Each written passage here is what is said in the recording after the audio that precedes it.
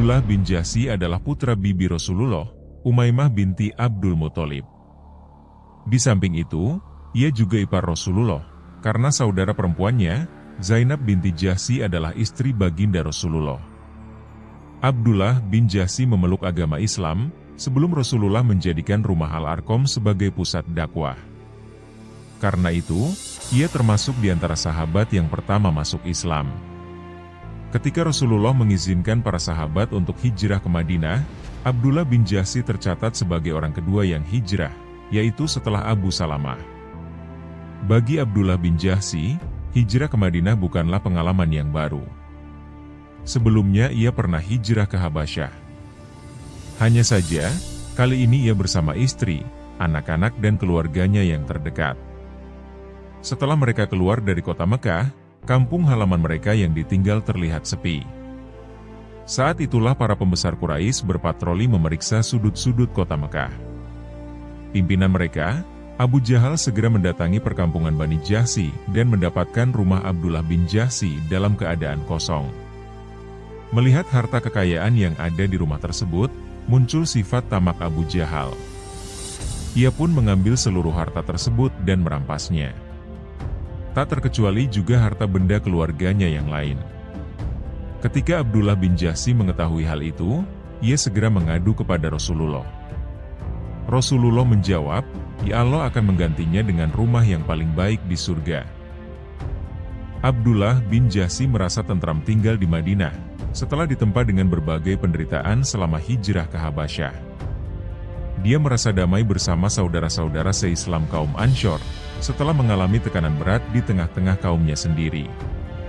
Walaupun harus bekerja keras untuk mempertahankan hidup bersama keluarga besarnya, namun ia selalu gembira.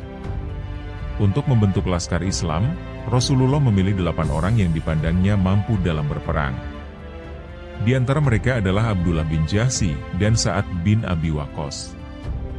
Dalam kelompok tersebut akhirnya terpilihlah Abdullah bin Jahsy sebagai pimpinan. Sebuah bendera diikatkan oleh Rasulullah di tongkatnya, dan diserahkan kepada Abdullah bin Jahsy. Itulah bendera Islam pertama, dan Abdullah bin Jahsy lah yang memegangnya. Karena itu, ia dikenal dengan orang yang pertama kali dikenal sebagai Amirul Muminin. Setelah dilantik menjadi amir, ia diperintahkan oleh Rasulullah untuk melakukan ekspedisi dengan tugas pengintaian. Rasulullah melarang membuka surat perintah tersebut, melainkan sesudah 2 hari perjalanan. Setelah 2 hari perjalanan, Abdullah bin Jahsy membuka surat tersebut dan membacanya. "Bila kamu membaca surat ini, teruskanlah perjalananmu ke arah Mekah. Berhentilah di antara Taif dan Mekah. Amatilah gerak-gerik kaum Quraisy dan segera laporkan kepada kami."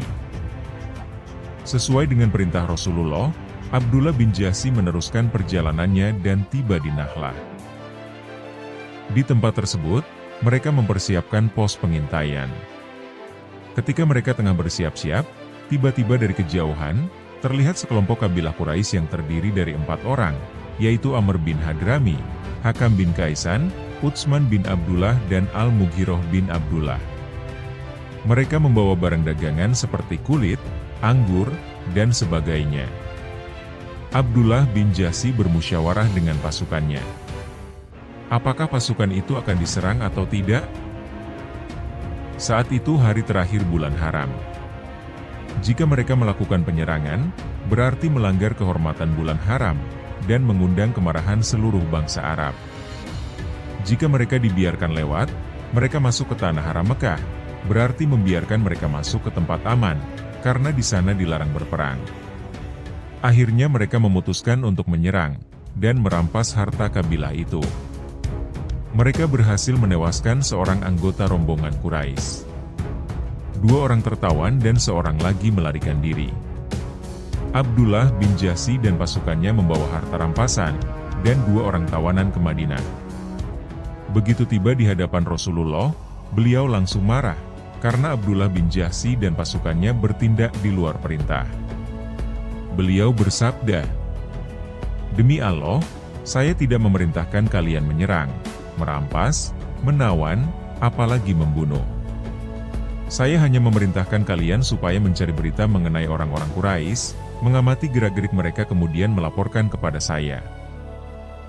Beliau menangguhkan putusan mengenai hukum harta rampasan, dan 2 tawanan perang.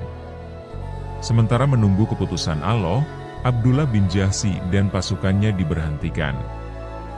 Mereka jelas bersalah karena tidak disiplin dan melanggar perintah Nabi. Kaum muslimin mencela mereka, sehingga Abdullah dan pasukannya merasa dikucilkan.